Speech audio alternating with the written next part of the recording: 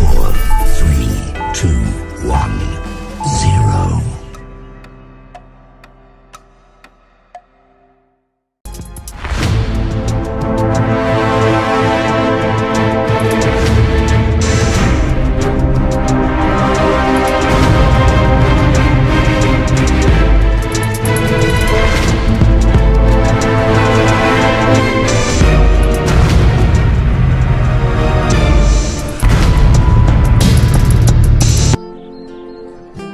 Assalamualaikum. Segala puji bagi Allah Jalla Jalaluh, nikmat-nikmat kebaikan menjadi sempurna. Ya Allah, kerana rahmat-Nya, niat baik hamba dapat terlaksana. Ya Allah, semoga selawat-Mu, salam, berkah dan nikmat-Mu sentiasa Kau tambahkan untuk hamba-Mu kekasih-Mu. Yang saya hormati Ustaz Zainuddin dan rekan seperjuangan yang disayangi sekalian. Saya bernama Nur Atika Ayuni binti Nyompa, memegang kad matriks DI 19213, dan bersama rekan-rekan seperjuangan saya untuk menerangkan serba sedikit tentang tajuk yang akan kami sampaikan. Kali ini kami diberi kesempatan untuk menyampaikan sedikit ilmu tentang riba dalam perundangan Islam.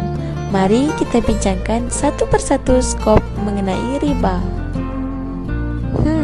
Apakah yang dimaksudkan dengan riba? Dari segi bahasa, riba bermaksud bertambah subur, lebih atau pertambahan. Manakala dari segi istilahnya pula, riba bermaksud akad dan perjanjian tambahan bagi sesuatu pertukaran barang atau nilai tertentu dengan menangguhkan keduanya atau salah satunya. Di sini menerangkan bahwa riba adalah satu perbuatan yang membuat pertambahan karena perjanjian ataupun penangguhan dalam masa tempo yang tertentu. Hey yo, what's up guys? Nama saya Nur Syafika binti Salim Ai. Saya akan berkongsi serba sedikit mengenai hikmah pengharaman riba. Hikmah yang pertama adalah kita dapat memelihara harta orang Islam agar tidak dieksploitasi dengan cara yang batil, iaitu dengan cara yang salah. Hikmah yang kedua, larangan pengambilan riba akan menyekat semua jalan yang boleh menimbulkan atau menyebabkan permusuhan, penganiayaan, kemarahan dan kebencian sesama Muslim. Apa lagi ya yang kita dapat daripada pengharaman riba ini? Oh iya, pengharaman riba juga dapat menjauhkan orang Islam dari sesuatu yang menyebabkan kebinasaan diri, kerana pemakan riba adalah orang yang zalim dan kesan daripada perbuatan yang zalim adalah kesusahan. Allah berfirman dalam surah Yunus ayat 23 yang bermaksud, "Hai manusia, sesungguhnya bencana kezaliman kalian akan menimpa diri kalian sendiri." Pengharaman riba juga akan membuka beberapa pintu kebaikan kepada umat Islam agar dapat menambah bekalan untuk hari akhirat. Contohnya, dengan memberi pinjaman kepada seseorang tanpa memberi wang faedah, memberi tempoh kepada peminjam sehingga hutangnya lunas dibayar, memberi kegembiraan serta menyayanginya kerana mengharapkan keredaan Allah Subhanahu wa Ta'ala.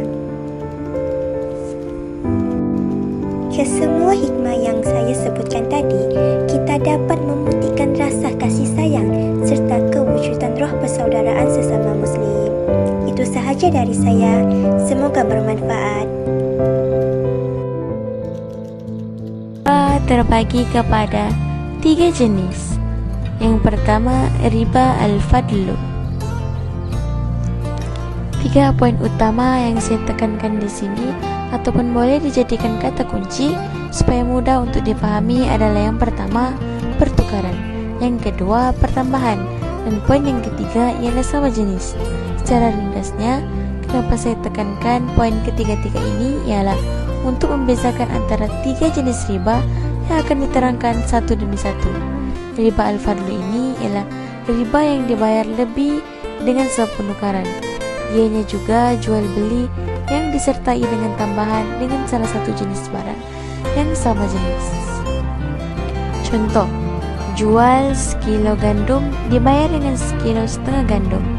Riba al-fadlu juga ialah jual beli duit dengan duit atau uang dengan uang atau makanan dengan makanan di samping pertambahan. Contohnya, seseorang yang menjual emas kepada seseorang hingga sesuatu tempo tertentu dan dibayarnya dengan emas dan tambahan perak. Riba al-fadlu secara umumnya berlaku dalam 5 jenis: emas, perak. Riba al-nasi'ah ialah tambahan yang diambil disebabkan penundaan pembayaran hutang yang sepatutnya dibayar pada tempoh tertentu tetapi dilewatkan pembayaran pada tarikh yang lain. Contohnya, Ali meminjam 100 daripada Abu dan berjanji akan bayar dalam tempoh seminggu, tetapi Ali tidak dapat membayarnya dan meminta untuk dilewatkan hari pembayaran hutangnya. Lalu, Abu pun meminta Ali untuk membayar 120 dan 20 itu ialah tambahan akibat kelewatan Ali membayar hutangnya dalam tempoh seminggu itu. 3 poin utama saya tekankan di sini. Yang pertama, pertambahan. Yang kedua, jenis yang berbeza. Yang ketiga, tiada tempo pembayaran. Secara ringkasnya, riba yadlu ini muncul apabila berlakunya jual beli atau pertukaran ribawi maupun bukan ribawi di mana terdapat perbezaan nilai transaksi bila penyerahan salah satu ataupun kedua-duanya diserahkan kemudian hari. Contohnya, si A dan si B melakukan transaksi jual beli motor. A menawarkan motornya kepada B dengan harga 13 juta.